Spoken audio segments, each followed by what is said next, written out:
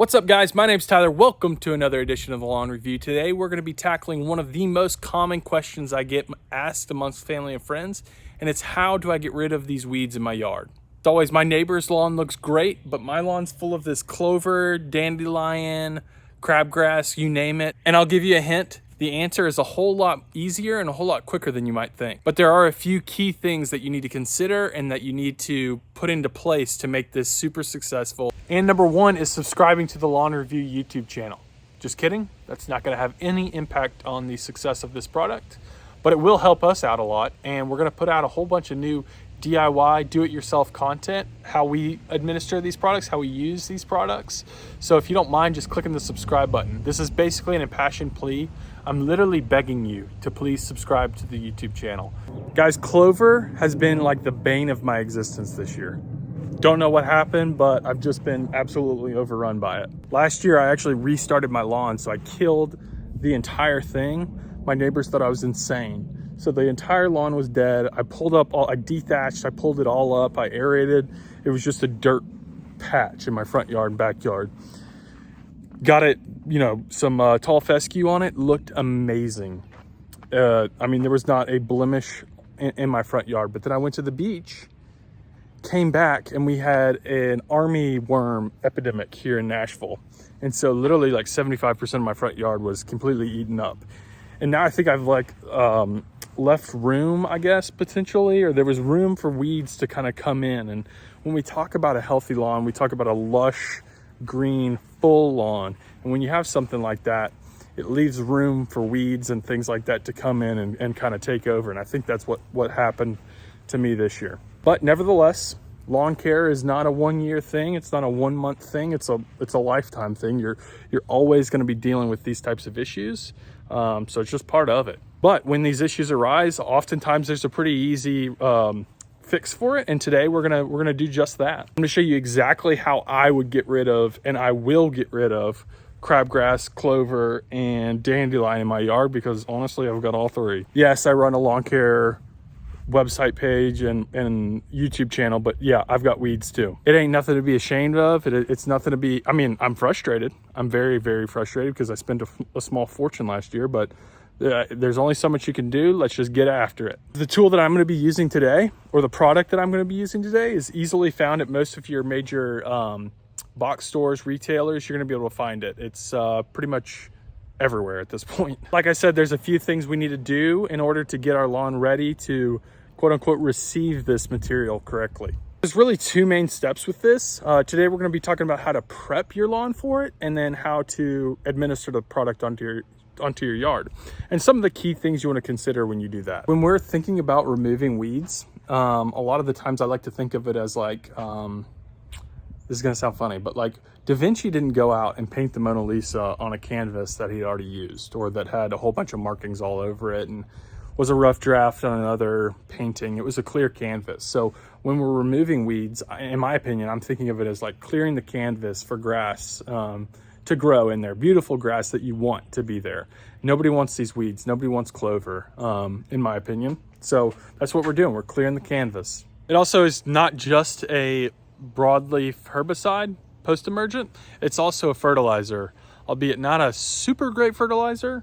Its NPK is 2801, so you're getting 28 nitrogen, 0 phosphate, and 3, I think it was nitrogen. So what that's going to do is that's going to make your grass really green. And I think the thought there is that it's killing the weeds, and then it's helping the grass grow really fast up in its place, which is actually, I guess, pretty good. So I'm going to be honest with you guys. I have run a commercial landscaping company in the past. I've been the owner and operator of one. And so I'm familiar with the industry. I'm familiar with the different products that people try to use. And honestly, you can get pretty technical with the stuff that you're putting down but for 95 to even more, 99% of homeowners, you're not going to, unless you want a putting green, this product's going to be exactly what you need. It's going to fulfill all the needs and requirements in terms of getting your lawn started the way you need to. But it's important to be ready when that canvas is clear to have your grass fill in the space that the weeds were inhabiting earlier. You want to quickly be able to put seed down and quickly be able to water it so that it fills in that space. A lot of your grasses, besides fescue, will have runners, so they'll fill it in on their own. But if you've got fescue, that doesn't really, maybe fescue fills in a little bit, but fescue isn't really like a spreader. The thing about this product is that it can be used with all sorts of grass. It can be used with bluegrass, zoysia, centipede, obviously fescue. Most of the main grasses it can be used with. So the product we're going to be using today is actually the Scots Weed and Feed. It's a product I've used before, had a lot of success with it, and I'm going to show you exactly how to use it. All right, guys, so there are two major things you want to consider when prepping to put down the Scots Weed and Feed. Number one is the height of your grass, and number two is water. Water is absolutely essential for making sure that this product is well received by the weeds, whatever you're trying to kill. So what I try to do is I try to mow this I try to mow my lawn about 2 to 3 days before I'm going to put this down, but I also try to time it, if I can, for a storm. So let's say I'll mow it on Thursday, planning to put it down on Sunday or Saturday, and hope for rain on Saturday or Sunday morning. If not, I'll just put out a sprinkler. Put a sprinkler out for maybe 5 or 10 minutes on my front yard, just enough to get the grass wet, which is really important. Another option is morning dew. Morning dew is, just as good. So you go out, 7:30, 8 a.m. When the grass is still wet from the dew throughout the night is another great option. You want grass low enough for the product to get in and get down on the weeds itself, but you also want the weeds to have already put on new growth after being cut previously from your most recent lawn cut. Another thing you got to consider too is that you really can't put this down if you're going to expect a rain within the next 24 hours, because it won't allow enough time for the weed like clover, dandelion, the green portion of it to absorb the product. So you need to time this out right. If I see rain on the forecast in the next day or so, I'm gonna wait. It's kind of a pain, but really the cool thing about this product is you can kind of put it down whenever. Another key thing to consider when prepping to put this product down is when do you put it down? I would put it down late spring and fall, because you should really only apply this about twice a year and not within 30 days of application. So twice a year, the ground has warmed up enough in late spring, maybe early summer, to be effective, but it's not too hot that you couldn't put grass down and have a flourishing, fescue grow up in its place. So I'd put it down late spring and the fall. Here in Nashville, we haven't had a good rain in a while, and my grass is actually pretty dry, and there's parts of the fescue that are browning, so I'm gonna actually go ahead and water it now. A precautionary measure here is you're gonna wanna stay off of this, and you're gonna wanna keep your family, kids, and dogs off of this for at least 24 hours after application. I mean, I think they say you can get back on the grass once it dries, but I always try to just keep it safe and stay 24 hours off of it.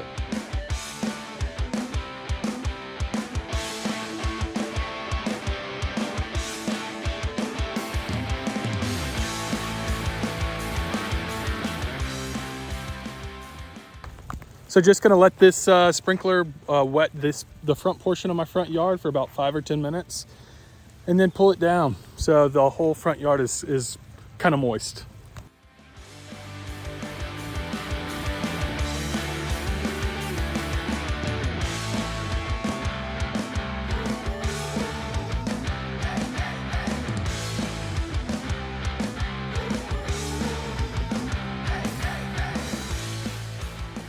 All right, guys, so as we're preparing the lawn, it's getting watered right now because we haven't had a lot of rain. Now we need to prepare the product. Again, we're talking about the Scots Turf Builder Weed and Feed. It says it clears out dandelions and clover guaranteed. Well, we're about to find out. The list of weeds that this guy claims to take care of is basically it's a good portion of this back page. So it says it takes care of a lot of things. Guys, one of the things that I like most about Scots and Scots products like this in general is that it honestly tells you exactly what you need to do on the back. Like I said, you need to apply to moist grass. Make sure the grass is wet from dew or sprinkling before applying. Check. This helps products adhere to the weed leaves and produce the best results, like I already said. Again, another important thing is that you want to apply this when the grass is between 60 to 90 degrees. That's when your weeds are, or your soil is between 60 and 90 degrees. That's when you're getting the most amount of growth. That's when the weeds are in their growth habitat or growth timing. So we're going to be using the Scots Deluxe Edge Guard broadcast spreader. We've actually done a review on this product itself. Again, it's always the bridesmaid, never the bride, never gets the respect that it deserves. But again, I couldn't put down this product effectively without a broadcast spreader or a spreader of some sort. So you really need to invest in one of these, something good, something that's gonna give you good coverage. And this tool does the trick for me. Another thing that a lot of experts like to put down is specific products like your 2,4-D. Or things like that. 2,4-D is the first one that comes to mind, but this has 2,4-D in it. So it applies 2,4-D, but it also has a fertilizing aspect to it as well. All right, so as you can see, it says Scots broadcast spreaders. You're gonna set your the dial to 3 1/4. I've got a broadcast spreader right here, so I'm gonna go over here and move this to, you guessed it, 3 1/2. Boom. And then it's as simple as just opening the bag, like so.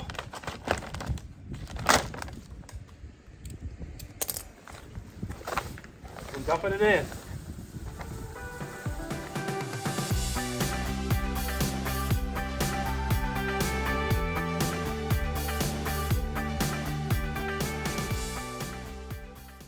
And then at this point, we're pretty much ready to rock and roll. I do like to turn the edge guard on first, and similar to how I would mow a lawn, mow a perimeter first, I'm going to apply a perimeter of this as well so that I can really direct where I put this product down, because you do not want to put this in your beds.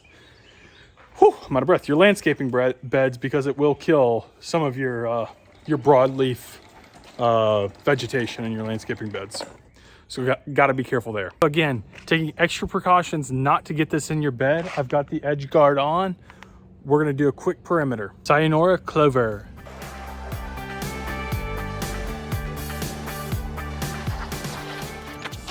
We're applying this just like we would any other product in a broadcast spreader, about 5 feet apart. So I make one pass. I come back about 5 feet to the inside, or whichever way you're going.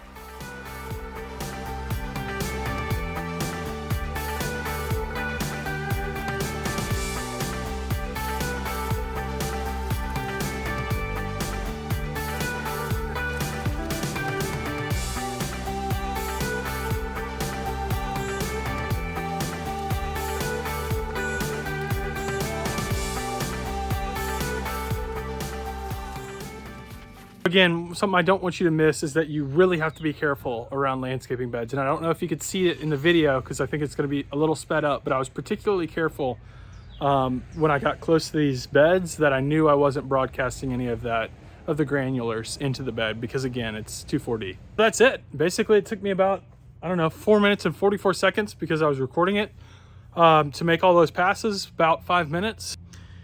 It was wet.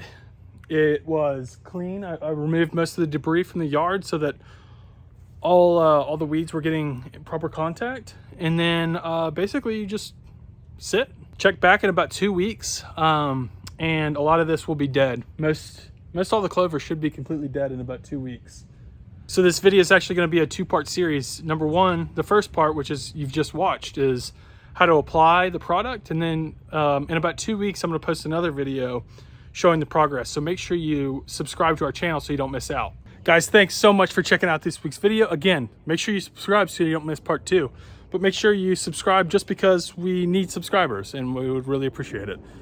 But also check us out on Facebook, Instagram, Twitter, LinkedIn, you name it, we're on it. But again, check out our website, thelawnreview.com. That's our bread and butter. That's our meat and potatoes. We're gonna have an in-depth written review about this as well.